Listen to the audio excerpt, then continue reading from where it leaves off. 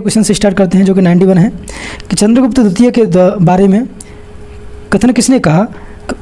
उसकी प्रजा सुखी है, राजा न तो शारीरिक दंड देता है और ना ही प्राण दंड देता है। तो इस बात को कहने वाले थे फायंग, यानी ऑप्शन नंबर 1। नेक्स्ट क्वेश्चन है कि अंगकोरवाट का प्रसिद्ध मंदिर कहाँ स्थित है? तो ये स्थित है अम्बुज में। नेक्स्ट क्वेश्चन है, देखिएगा कि हर्षवर्धन के बारे में निम्नलिखित कथनों पर विचार कीजिए। आपको देखना है इसमें से कौन सा सही है। तो देखिएगा, पहला है कि हर्ष प्रत्येक 5 वर्ष के अंतराल में प्रयाग में एक सभा का आयोजन करता था, तो ये बात सही है। हर्ष ने हर्षचरित पुस्तक की रचना की थी, ये तो गलत है। हर्ष ने नालंदा विश्वविद्यालय के लिए 100 गांव दान दिए, तो ये भी सही, यानी पहला और तीसरा सही है। तो ऑप्शन नंबर 3 अपना सही आंसर हो जाएगा। क्वेश्चन नंबर 94 देखिए, 94 को देखते हैं कि सल्तनत कालीन प्रसिद्ध लेखक अमीर खुसरो निम्न में से किसके शिष्य थे? आपको पूछा गया है किसके शिष्य थे, तो ये शिष्य थे हजरत निजामुद्दीन औलिया के। ठीक है। नेक्स्ट क्वेश्चन है 95, जयदयाल व मेहराब खान ने राजस्थान के किस नगर को 1857 की क्रांति के दौरान क्रांतिकारियों का नेतृत्व किया था? तो ये नेतृत्व किया था कोटा का। नेक्स्ट है कि शिशुपाल वध नामक पुस्तक की रचना किसने की है? तो आपको पता होगा, इसकी रचना करने वाले थे वो थे महाकवि माघ। चक्रपाणि मिश्र निम्न में से किस शासक के दरबारी थे? तो चक्रपाणि मिश्र थे वो महाराणा प्रताप के दरबारी थे, ऑप्शन नंबर 1। 98 देखिएगा कि राजस्थान चित्रकला शैली का स्वर्णिम काल कौन सी सदी को माना जाता है? तो ये माना जाता है 17वीं सदी को। नथमल की हवेली कहाँ स्थित है? तो नथमल की जो हवेलियाँ हैं वो जैसलमेर में स्थित हैं, यानी ऑप्शन नंबर 1। साधु शिकारी, सेठ सेठानी, दूल्हा दुल्हन आदि किस नृत्य के प्रसंग स्वांग हैं? तो ये जो स्वांग हैं वो हैं गीदड़ नृत्य के, ऑप्शन नंबर 4।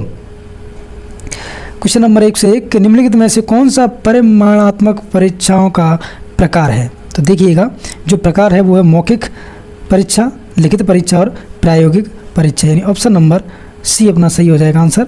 102 को देखते हैं कि इतिहास अध्यापक कच्छ में भिन्न भिन्न राजाओं के काल का अंतर समझाने का श्रेष्ठ साधन क्या है? तो देखिएगा, सबसे जो श्रेष्ठ साधन है इसमें वो है समय रेखा ग्राफ। नेक्स्ट क्वेश्चन है कि निम्नलिखित में अनिवार्य वाले शिक्षा का अधिकार संविधान के किस भाग में सम्मिलित है? तो आपको पता होगा ये है संविधान के भाग 3 में। नेक्स्ट क्वेश्चन है, देखिएगा कि निम्नलिखित में से कौन सा युग्म सही सुमेलित है? आपको देखना है कि इसमें सही है वो कौन सा सुमेलित है। तो ये सुमेलित है शोषण के विरुद्ध अधिकार। देखिएगा, क्वेश्चन नंबर 104 रह गया हमसे कि भारत में संविधान दिवस कब मनाया जाता है? तो भारत में जो संविधान दिवस है वो 26 नवंबर को मनाया जाता है। देखते हैं क्वेश्चन नंबर 106 कि किस संविधान संशोधन द्वारा केंद्र में मंत्रियों की कुल संख्या लोकसभा की कुल संख्या का 15% से अधिक नहीं होनी चाहिए? तो ये किस में लिखा हुआ है? तो ये लिखा हुआ है 91वें संविधान संशोधन में। नेक्स्ट है, देखिएगा कि 73वें संविधान संशोधन द्वारा संविधान की कौन सी अनुसूची जोड़ी गई थी? तो ये जोड़ी गई थी 11वीं अनुसूची, ऑप्शन नंबर सी। नेक्स्ट है, देखिएगा कि संभाग व जिले के सही युग्म कौन से हैं? तो आपको सही युग्म छांटना है इनमें से। तो देखिएगा, वो है अपना पहला ही अजमेर, नागौर, टोंक और भीलवाड़ा, ये इसी में आते हैं। तो ऑप्शन नंबर 1 अपना आंसर हो जाएगा। नेक्स्ट क्वेश्चन की बात की जाए तो क्वेश्चन है 109, उच्चतम न्यायालय को निम्न में से कौन सा प्रावधान संविधान की व्याख्याकार बनाता है? तो याद रखिएगा, ये है न्यायिक अवलोकन, ऑप्शन नंबर सी। नेक्स्ट है 110, देखिएगा कि निम्न में से शिक्षण के अवबोध उद्देश्य का सही उदाहरण क्या है? देखिए, अवबोध आप किसी बच्चे को हुआ है ये कैसे पता चलेगा? तो इसका मतलब है कि वो व्याख्या कर देगा, तो उसको व्याख्या करने से, बिल्कुल हाँ, ऑप्शन नंबर 1 ही सही हो जाएगा। व्याख्या करने से पता चल जाएगा उसके अवबोध उद्देश्य के बारे में। नेक्स्ट है, देखिएगा 111, जल दिवस कब मनाया जाता है? तो जो जल दिवस मनाया जाता है वो मनाया जाता है 22 मार्च को। नेक्स्ट क्वेश्चन 112 कि कोहरा, वर्षा, तूफान आदि मौसमी घटनाएं वायुमंडल के किस में घटित होती हैं? तो आपको पता होगा ये सभी घटनाएं वो क्षोभ मंडल में ही घटित होती हैं। 113 देखिएगा कि पर्वत वर्षा में पर्वत के किस भाग को वृष्टि छाया प्रदेश कहते हैं? तो इसको कहते हैं पवनमुखी भाग। जो पवन की तरफ भाग होता है उसको क्या कहते हैं अपन? वृष्टि छाया प्रदेश। नेक्स्ट है देखिए उत्खात भूमि संबंधित है, तो जो उत्खात भूमि होती है वो हमेशा ही पूर्वी मैदानों से संबंधित होती है। नेक्स्ट है कि बंगाल की खाड़ी अपवाह तंत्र में सम्मिलित नदियां हैं, तो आपको देखना है इनमें से कौन सी नदियां हैं, तो वे हैं बनास, बेड़च और पार्वती। अगला क्वेश्चन है कि भूगोल में सहायक प्रविधियों में जैसे ग्रुप, मानचित्र, भौगोलिक उपकरणों का मुख्य उद्देश्य क्या होता है, तो इनका जो मुख्य उद्देश्य होता है वो होता है प्रत्यक्षीकरण का अवसर प्रदान करना, बिल्कुल, बौद्ध सभ्यता का विकास, बिल्कुल, प्रभावशाली शिक्षण और उपयुक्त सभी, तो इसमें उपयुक्त सभी हो जाएगा अपना आंसर। नेक्स्ट है देखिएगा कि बीमा के पक्षकार होते हैं, बीमा के पक्षकार होते हैं, तो जो बीमा के पक्षकार होते हैं वो 2 होते हैं, ऑप्शन नंबर फर्स्ट। नेक्स्ट है सरकारी समिति का पंजीयन कराना है, तो सही सरकारी समिति का जो पंजीयन कराना है वो अनिवार्य होता है, ऑप्शन नंबर सेकंड। 119 देखिएगा कि उपभोक्ता विवादों के निपटाने की अवस्था तंत्र है, तो इसका जो अवस्था तंत्र है वो है त्रिस्तरीय, यानी ऑप्शन नंबर सी अपना आंसर हो जाएगा। 120 की बात की जाए कि रिजर्व बैंक ऑफ इंडिया का मुख्य कार्य क्या है, देखिएगा आपको देखना है इसका मुख्य कार्य है वो है पत्र मुद्रा निर्गमन, यानी पत्र मुद्रा निर्गमन, जो नोट छापती है ना वो यही छापती है, ठीक है। नेक्स्ट क्वेश्चन है देखिएगा कि सिंधु सरस्वती सभ्यता से संबंध में निम्नलिखित कथनों पर विचार कीजिए। आपको विचार करना है और देखना है कौन से सही हैं और कौन से गलत हैं। देखिएगा हड़प्पा के नगरों में सबसे अच्छी इमारतें धन्यागार थी, ये बात सही है बिल्कुल। हड़प्पा तथा मोहनजोदड़ो दोनों नगरों के अपने दुर्ग हैं, तो ये भी बात सही है। खुदाई से पता चलता है कि सभ्यता में 3 सामाजिक वर्ग रहते थे, तो बिल्कुल ये भी बात सही है। तो पहला, दूसरा, तीसरा सही है, तो ऑप्शन नंबर डी अपना आंसर होने वाला है। नेक्स्ट है कि वेदों के बारे में निम्नलिखित कथनों पर विचार कीजिए।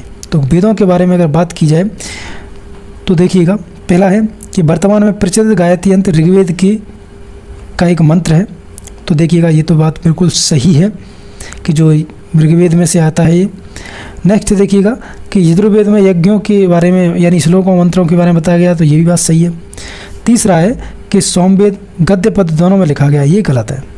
चौथा है अथर्ववेद में विभिन्न रोगों व उनकी चिकित्सा संबंधी ज्ञान का संकलन है, तो ये भी सही, यानी पहला, दूसरा और चौथा सही है, तो ऑप्शन नंबर बी अपना है वो आंसर होने वाला है। क्वेश्चन नंबर 123 के बौद्ध धर्म में किस घटना को महाविनिष्क्रमण कहा गया है, तो ये जो कहा गया है वो कहा गया है गृह त्याग को, ऑप्शन नंबर फर्स्ट। 124 की बात की जाए तो अशोक ने तृतीय बौद्ध संगति कहाँ आयोजित की थी, तो अशोक ने इसका आयोजन किया था पाटलिपुत्र में। नेक्स्ट है कि मगध महाजनपद के संबंध में निम्न कथन पर विचार कीजिए, आपको विचार करना है। तो देखिएगा पहला है कि मगध चारों ओर से गंगा और सोन जैसी नदियों से घिरा हुआ था, तो ये बात बिल्कुल सही है। मगध की प्रारंभिक राजधानी कुशीनगर थी, तो ये गलत है। मगध साम्राज्य के उत्थान और समृद्धि के अजातशत्रु का महत्वपूर्ण योगदान है, तो ये भी सही है, यानी पहला और तीसरा, तो ऑप्शन नंबर सी इसका आंसर हो जाएगा। नेक्स्ट है कि अमेरिका के शिकागो में सर्वधर्म सम्मेलन किस वर्ष आयोजित किया गया था, तो इसका आयोजन का जो टाइम था वो था 1893, यानी ऑप्शन नंबर बी।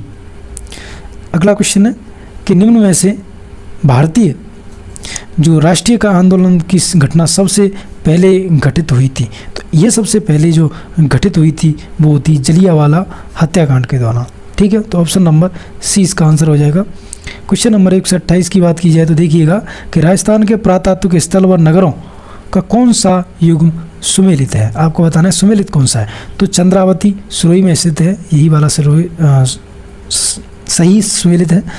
नेक्स्ट है कि राजस्थान के एकीकरण के दौरान मत्स्य संघ की राजधानी कौन सी थी, तो मत्स्य संघ की राजधानी थी वो थी Alwar, option number first. Next है कि निम्न में से कौन सा क्रांतिकारी आजीवन अंग्रेजों की पकड़ में नहीं आए थे, तो ये जो क्रांतिकारी थे वो थे जोरावर सिंह बारहट। 131 देखिएगा कि निम्न में से कौन सा वाद्य यंत्र अवनत श्रेणी में आता है, देखिएगा अवनत में कौन सा आता है, तो अवनत में जो आने वाला है वो है मादल। नेक्स्ट है कि निम्न में से किस दुर्ग का निर्माण परमार राजाओं धारावर्ष व मुंज ने करवाया था, तो ये था वो था जालौर दुर्ग। नेक्स्ट है 1889 में निम्न में से कहाँ पर राजपूत हितकारिणी सभा का आयोजन किया गया था, तो याद रखिएगा ये की गई थी अजमेर में, ऑप्शन नंबर फर्स्ट। नेक्स्ट है कि अलाउद्दीन खिलजी ने किस वर्ष रणथंभोर पर अधिकार किया था? तो अलाउद्दीन खिलजी ने 1301 में। नेक्स्ट है B.S. ब्लूम के अनुसार मूल्यांकन आयाम हेतु 3 आवश्यक परिस्थितियां हैं। तो ये जो 3 आवश्यक परिस्थितियां हैं वो हैं शैक्षिक उद्देश्य, अधिगम अनुभव और व्यवहार परिवर्तन। नेक्स्ट है कि निम्न में से कौन से राज्य के समूह में द्विसदनात्मक विधानमंडल है? तो विधानमंडल है वो आंध्र प्रदेश में और कर्नाटक में, जो ऑप्शन में दिए गए उनके अनुसार। नेक्स्ट है बाल श्रम को गैर कानून घोषित करना एवं प्रारंभिक शिक्षा के अनिवार्य एवं निःशुल्क घोषित करना किस प्रकार के न्याय के अंतर्गत आता है? तो ये जो न्याय है वो है सामाजिक न्याय, option number B. Next question देखिएगा कि सुव्यवस्थित मतदान, शिक्षा एवं निर्वाचन सहभागिता हेतु स्वीप कार्यक्रम कब शुरू किया गया था? तो स्वीप कार्यक्रम जो शुरू किया गया था वो किया गया था 2009 में, यानी ऑप्शन नंबर डी अपना आंसर हो जाएगा। नेक्स्ट देखिएगा 139 की बात की जाए क्वेश्चन की कि राज्यसभा के बारे में कथनों पर विचार करना है, आपको आंसर बताना है। तो राज्यसभा का कार्यकाल 6 वर्ष का होता है। नहीं, ये गलत है, राज्यसभा तो कभी भंग हो ही नहीं सकती। भारत और उपराष्ट्रपति राज्यसभा के प्रधान सभापति होते हैं, बिल्कुल। राज्यसभा का गठन भारतीय संविधान के अनुच्छेद 80 के तहत किया गया, तो ये भी बात बिल्कुल सही है, यानी ऑप्शन नंबर सी है वो हमारा बिल्कुल सही है। नेक्स्ट है भारत के राष्ट्रपति से संबंधित निम्न कथनों युग्मों को सही सुमेलित करना है आपको, कौन सा है वो सही सुमेलित है। तो याद रखिएगा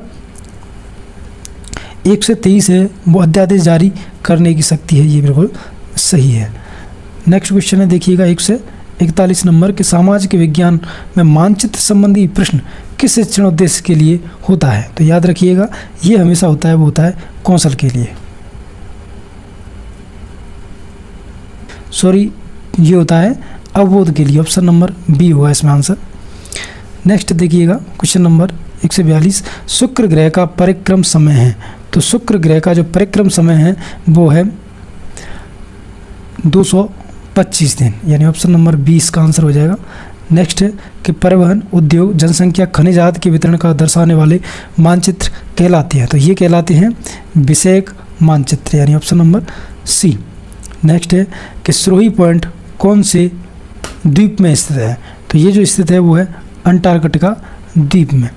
नेक्स्ट है कि कौन से वेग टैगा वन के नाम से भी जाने जाते हैं? तो याद रखिएगा ये जाने जाते हैं कोणधारी वन, यानी ऑप्शन नंबर ए। नेक्स्ट कौन सी मृदाएं उच्च तापमान और भारी वर्षा वाले क्षेत्र में विकसित होती हैं? तो याद रखिएगा ये होती हैं लैटेराइट मृदाएं, option number B. Question number 147 कि राउरकेला इस्पात कारखाने की स्थापना किस देश के सहयोग से की गई है? तो ये जर्मनी के सहयोग से की गई है। नेक्स्ट है कि उत्तर दक्षिण गलियारा जोड़ता है।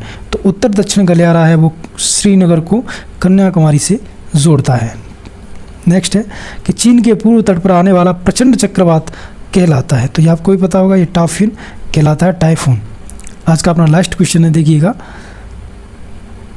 कि स्थान उसके विविध लक्षणों, वितरण तथा स्थानिक संबंधों का अध्ययन आप किस विषय के रूप में करते हैं? तो याद रखिए ये करते हैं हम भूगोल के रूप में। तो क्वेश्चन नंबर 91